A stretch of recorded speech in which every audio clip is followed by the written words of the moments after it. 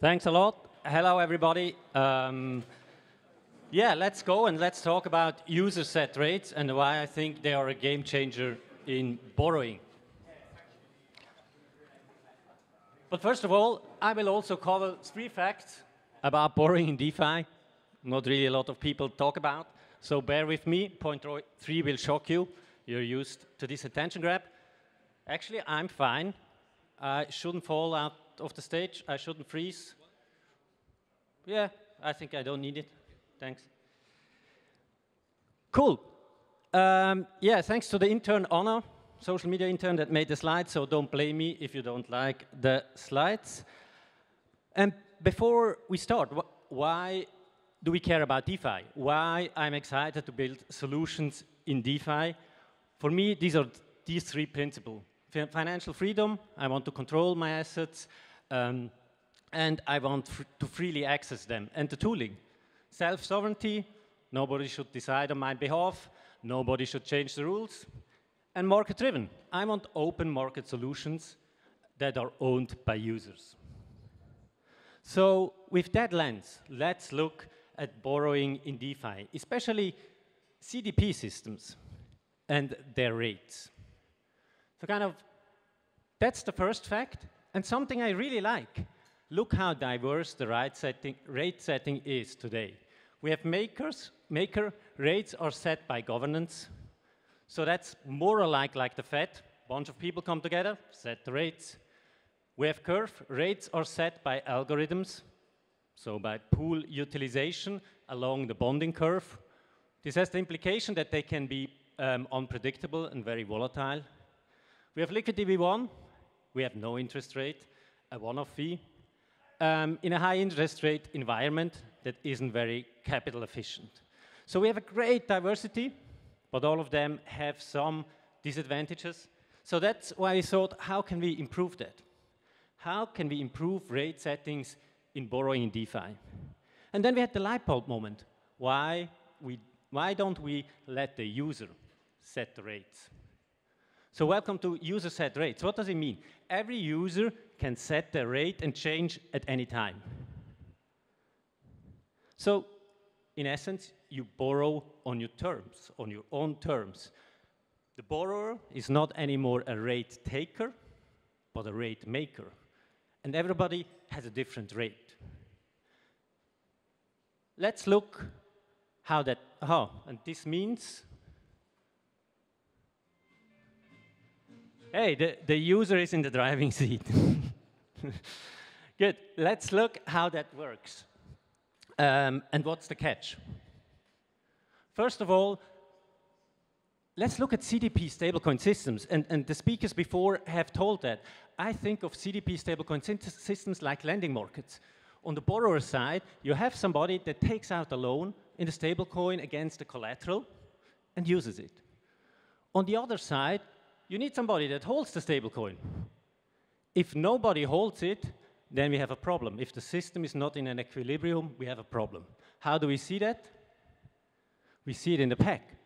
And we've seen it recently with a lot of stablecoins. When TradFi yields came in, when Ethena yields came in, people didn't hold the stablecoin and went to other yield sources. Then it depegged.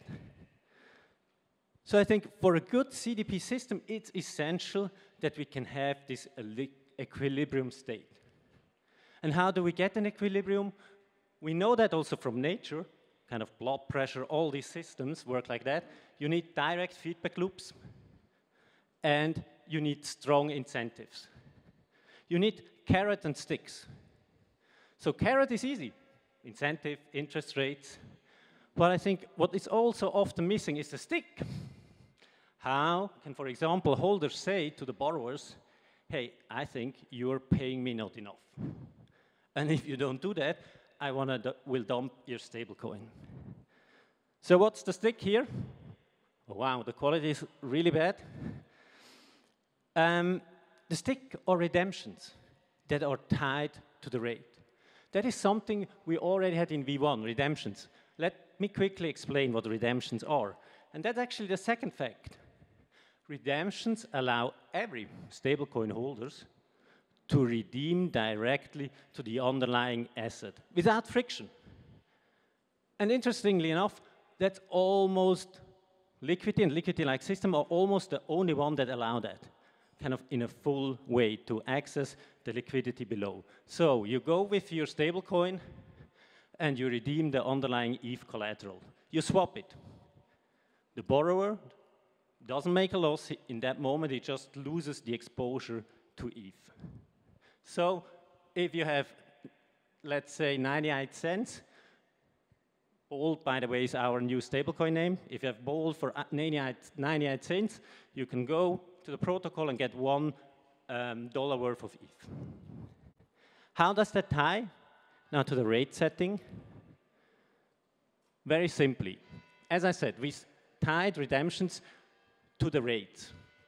So now, if the stablecoin is below peg, stablecoin holders can go to this side and redeem the stablecoin. Against which collateral? Against the trove owner or the borrower with the lowest rate. What will that trigger with borrowers that don't want to get redeemed? They need to increase the rate. So now you see the game of user set rates and how that works, and what's also a bit the catch behind it. Let's look at an example how that works. If the peg is below, now borrower fear to get redeemed. What do? They increase rates, and because in V2, and that's important, all the interest is going to the holders, this increases the yield for the holders. They more likely hold it or buy it, and the price goes up. If the peg is above, then it's quite easy for the borrowers. They are not afraid to get redeemed. Nobody takes a Bold worth $1.02 to get $1 worth of ETH. So they say, hey, I'm paying too much. Obviously, it's above peg. We have a very good signal that we are probably above the market rate. So I will decrease my rate. The flow of interest is decreasing to the holders. They might not get enough. They withdraw and sell, price goes down. So we have this equilibrium system with strong carrot and sticks. So where is the shocker? Where is fact 3? We're getting there. Bear with me.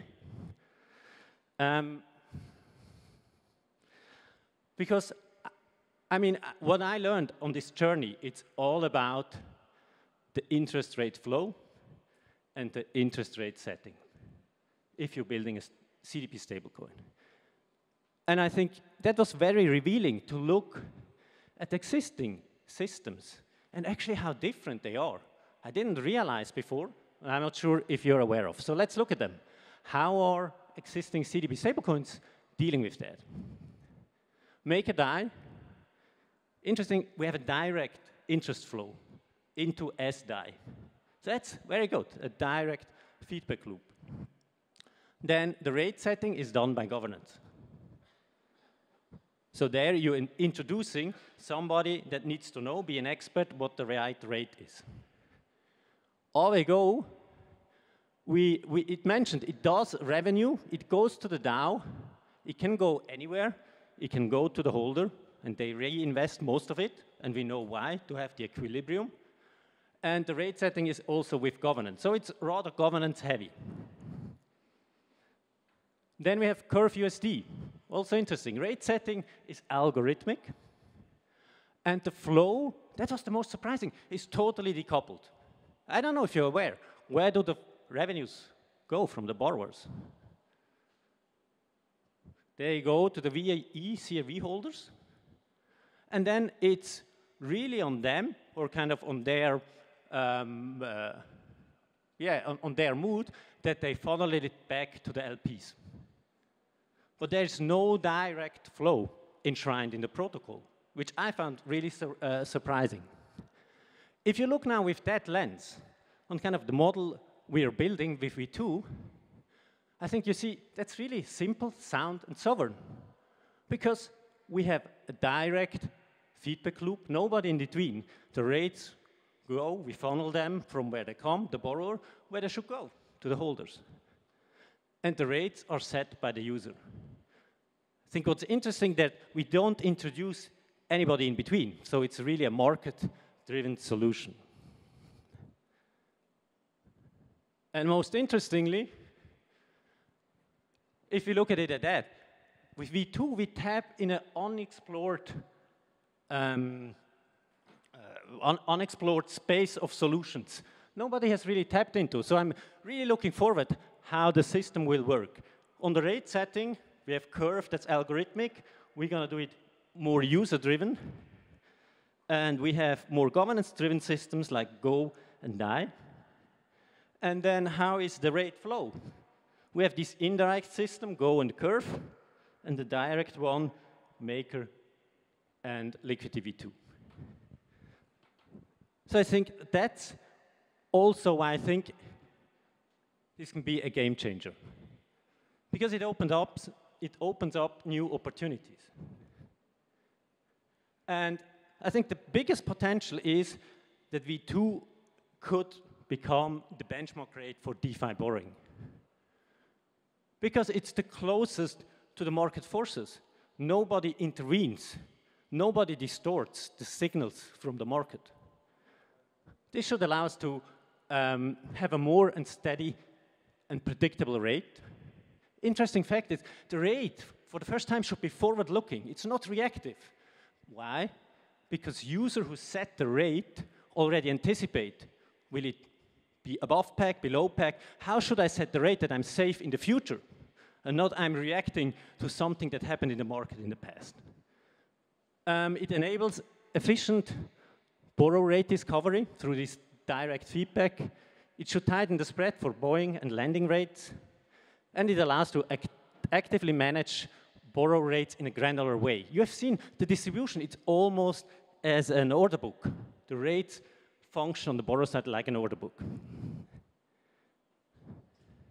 So what does V2 want to be for its users? What's the benefit for the user? And I think it's really to be the place to have predictable and attractive market rates for borrowing. And going back to the title, why does it matter? Why I'm excited? It goes back to the principles. I think V2 is very true to these principles, why I came into the space. First, it's a system that only adheres to its users. It's crypto-native, immutable, and a solution without ties to TradFi. And the most important one, and we have seen that in the 2x2 consultant matrix, there's no need for intermediary algos or governance to determine the right rate. Because as I said, it's all about rate flows and who's setting the rate. I think that really opened my eyes looking at the different solution. And I think that makes me excited because we're leveraging the strengths of DeFi, doing actual DeFi. With that, I believe we are building the most market-driven and DeFi-native building block for a CDP-based borrowing and stablecoin solution.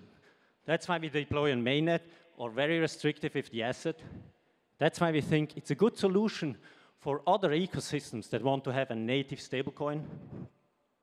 And it's very well suited for that. So that's the part about user interest set rates, which is the core innovation of V2.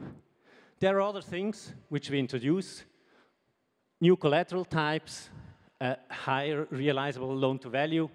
We get rid of the recovery mode.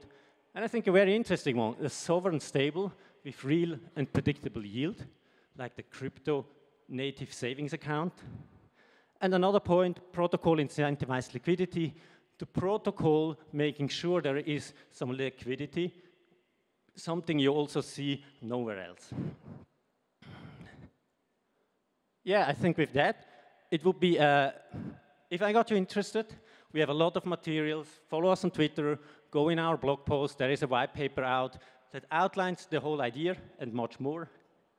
We love to get in touch. That's the Discord link, the Twitter link. Give us feedback, challenge us. At the end, we want to build the best product possible. Also, get in touch with Max. He's over there. If you want to use such a model for your own project, And by the way, there's a lot of the Liquity team here. We have our retreat here, so they, they are well marked. Take the chance and talk to them. And I think with that, I really think you use a set rate or in your best interest. Thanks.